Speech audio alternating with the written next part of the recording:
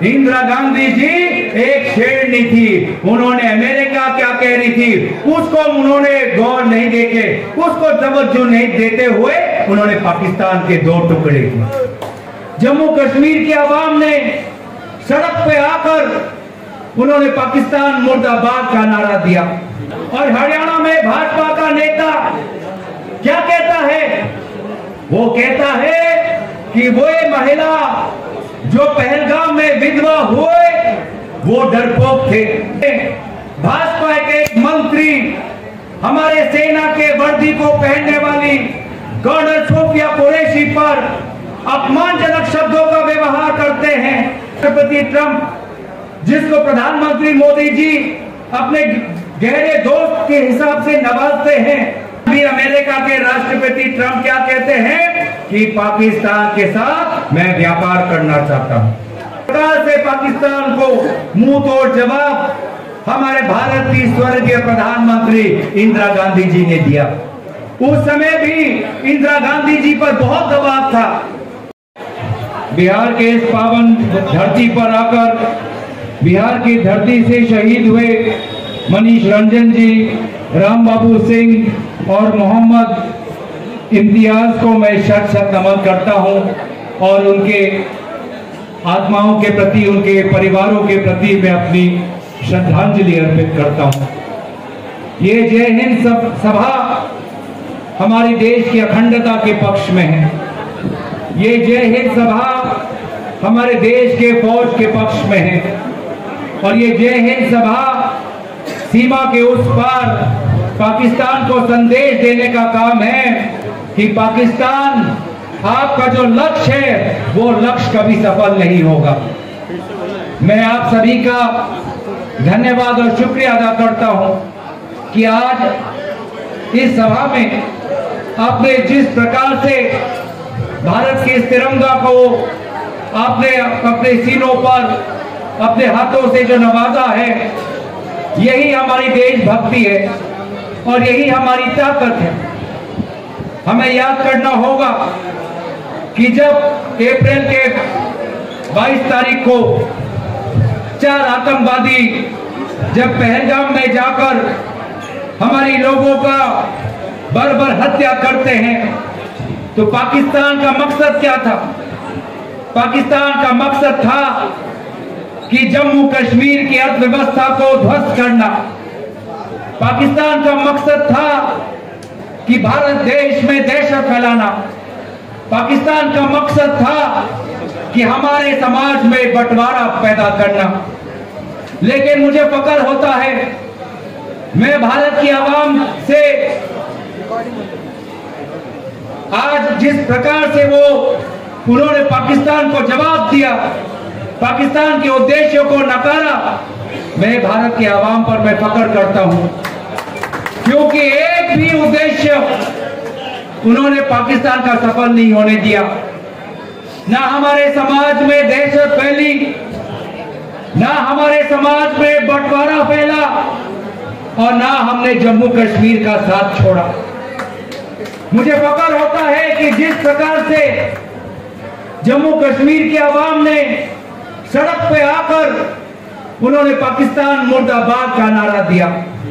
मुझे फक्र होता है जिस प्रकार से भारत के विभिन्न राजनीतिक दलों के नेताओं ने कहा कि हम भारत के सेना के साथ हैं, हम केंद्र सरकार के साथ हैं। हमारे दल के नेता राहुल गांधी जी ने कहा कि पाकिस्तान को मुंह तोड़ जवाब मिलना चाहिए, हम सरकार के साथ खड़े हैं।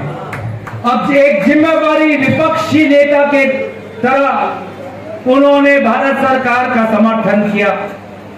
लेकिन दुख होता है कि जब इस प्रकार से समाज एकजुट हुआ, जब इस प्रकार से विपक्षी दलों ने भारत के केंद्र सरकार को समर्थन किया, ऐसे माहौल में भी भाजपा ने अपनी निम्न राजनीति की।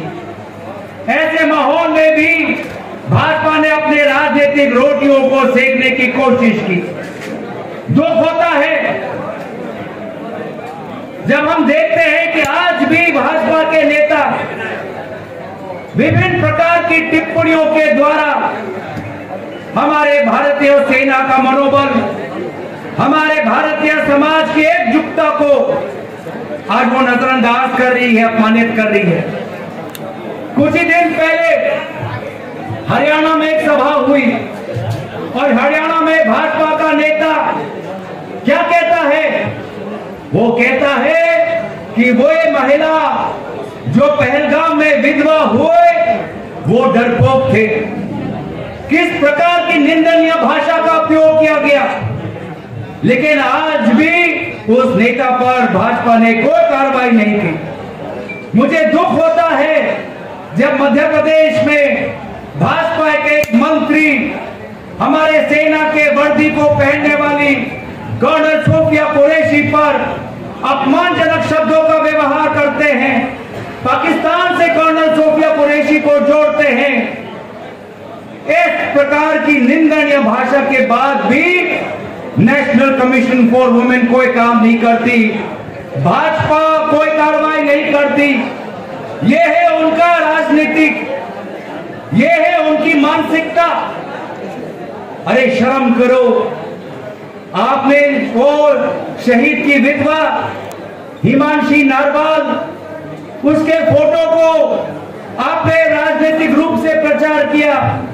जब वो विधवा हिमांशी नारवाल अपने शहीद अपने पति के लाश के साथ वो बैठी हुई थी, दुख में थी, मौन में थी, उस समय तो उस फोटो को आपने अपने राजनीतिक प्रचार के लिए इस्तेमाल किया। लेकिन जिस दिन हिमांशी नारवाल ने कहा कि पाकिस्तान का जो मकसद है कि समाज में कोई बंटवारा न हो, समाज एकजुट हो, जिस दिन हिमांशी नारवाल ने ये बात रखी, उसी दिन से वो भाजपा की वो दुश्मन हो गई और भाजपा ने एक विधवा को भी नहीं छोड़ा। आप देखिए बार बार भाजपा किस प्रकार से भारत के महिलाओं को अपमानित कर रही है।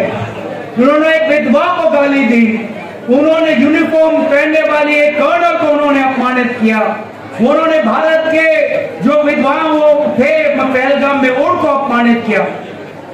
यह है भाजपा की नीति, यह है उनकी मानसिकता। और उसके विपरीत है कांग्रेस पार्टी। हमारे दल के नेता वो हिमांशी नारवाल के घर पे गए, उनको सहानुभूति प्रदान की।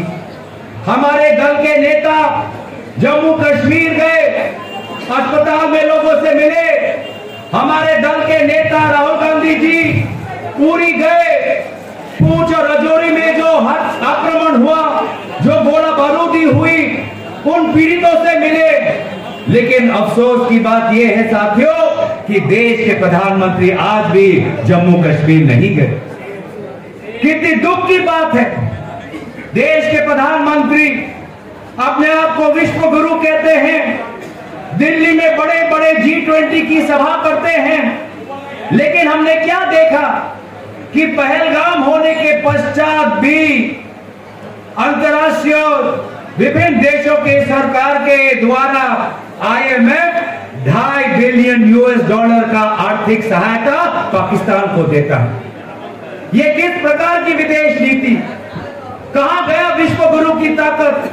कहां गया वो G20 बड़े सभा का प्रभाव, जब पहलगाम होने के पश्चात भी IMF के द्वारा $2.5 बिलियन की आर्थिक सहायता पाकिस्तान को मिलती है। ये दुख की बात है कि वे हवाई अड्डों पर, जिस पर हमारे भारत के जाबाज लड़ाकू जो पायलट थे, जो हमारी मिसाइल थी, जो हमने पाकिस्तान के हवाई अड्डों को एकदम तहस नहस कर दिया, आज IMF के वो $2.5 बिलियन को लेकर पाकिस्तान अपना मरम्मत करेगी, अपने सड़कें बनाएगी, अपने हवाई अड्डों को बनाएगी। मैं पूछना चाहता हूं कि विदेश मंत्रालय क्या कर रहा था, वो क्यों नहीं रोक पाया?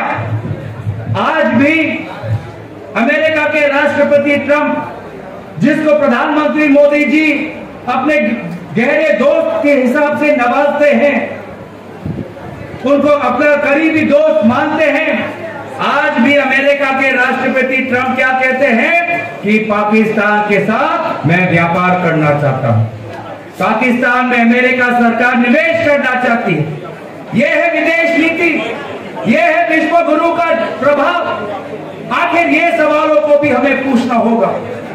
आज लगभग 1 महीने से ज्यादा हो गया है, लेकिन दुख की बात यह है कि वे 4 आतंकवादी जो पहलगाम में आकर दहशत गर्दी की, आज तक हमने उनको पकड़ा नहीं।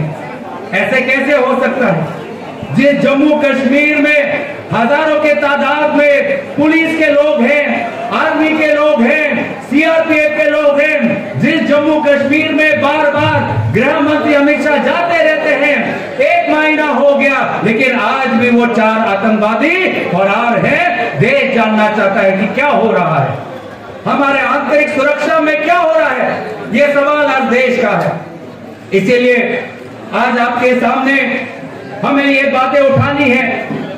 हमें गर्व होता है अपने सेना पर, हम गर्व करते हैं अपने फौज पर, हम गर्व करते हैं कि हम संविधान के साथ हम खड़े हैं, हम गर्व करते हैं कि भारतीय की ये गंगा जमुना की जो तहजीब है उनको आज हमने बरकरार रखा है। लेकिन साथ साथ कुछ जायज सवाल है हमारे पास। हम सवाल पूछना चाहते हैं पूरी पूछ रजौरी में जो हमारे मृतक के परिवार है उनके इंसाफ के लिए। हम सवाल पूछना चाहते हैं पहलगाम में वे लोग जिन्होंने दहशत अनुभव किया उनके इंसाफ के लिए हम सवाल पूछना चाहते हैं। और सवाल पूछना यह आपका संवैधानिक अधिकार है। और इसलिए बार बार कांग्रेस पार्टी, राहुल गांधी जी ये मांग करते हैं कि भले ही भारत सरकार विदेशों में सांसदों को भेज रहे हैं, इसमें हमारी कोई आपत्ति नहीं है, लेकिन हमारा यह सवाल है कि जब भारत के सांसद विदेशों में जाकर विदेशों की सरकारों को बताते हैं तो क्यों ना हम सदन में पार्लियामेंट के अंदर एक विदेश सत्र के द्वारा पार्लियामेंट के अंदर भी सरकार अपने रुख बताए, अपना पक्ष बताए। हम विदेशों को बता रहे हैं, विदेशी सरकारों को बता रहे हैं, लेकिन पार्लियामेंट के द्वारा हम देश को नहीं बता रहे, देश को सदन को नहीं बता रहे। तो इसीलिए बार बार ये मांग हम कर रहे हैं। आज बहुत से महत्वपूर्ण बातें आपके बीच में कही गई है। आज पूरा देश याद करता है कि किस प्रकार से पाकिस्तान को मुंह तोड़ जवाब हमारे भारत की स्वर्गीय प्रधानमंत्री इंदिरा गांधी जी ने दिया। उस समय भी इंदिरा गांधी जी पर बहुत दबाव था, उस समय में भी अमेरिका के सरकार ने बहुत दबाव डाला था भारतीय सेना पर, भारतीय सरकार पर, लेकिन इंदिरा गांधी जी एक निडर नेत्री थी। इंदिरा गांधी जी एक शेरनी थी। उन्होंने अमेरिका क्या कह रही थी उसको उन्होंने गौर नहीं देके, उसको तवज्जो नहीं देते हुए उन्होंने पाकिस्तान के 2 टुकड़े किए। उन्होंने पाकिस्तान के 2 टुकड़े के जो आज तक कोई कर नहीं पाए। आज देश याद करता है पंडित नेहरू को, आज उनके मृत्यु तिथि पर याद करता है कि पंडित नेहरू ने किस प्रकार से देश में सामाजिक तनाव होने के पश्चात भी देश को एकजुट रहा। हमारा देश विभिन्न भाषाओं का, विभिन्न संस्कृतियों का, विभिन्न धर्मों का देश, इस देश को भी अगर आजादी के बाद किसी ने एकजुट रखा तो वो पंडित नेहरू और सरदार पटेल जी ने रखा। तो इस बिहार के इस पावन धरती में आपको ये कुछ शब्दों के द्वारा संबोधित करते हुए मैं आभार प्रकट करता हूं हमारे दल के नेतृत्व का, जिन्होंने कल ही हमारे कंधों पर एक बहुत महत्वपूर्ण जिम्मेवारी असम के प्रदेश कांग्रेस का अध्यक्ष के होते हुए हमारे कंधों पे रखा। हम पूरी कोशिश हमारी रहेगी कि जिस आशा के साथ हमारे कंधों पर असम प्रदेश कांग्रेस का जिम्मेवारी रखा, उस आशा को हम पूरा करेंगे और साथ ही साथ बिहार के हर कांग्रेस कार्यकर्ता के साथ हम कंधे से कंधे मिलाकर आने वाले समय में हम चलेंगे। इन्हीं 2 बातों के साथ मैं अपने वाणी को विराम देता हूं। धन्यवाद। जय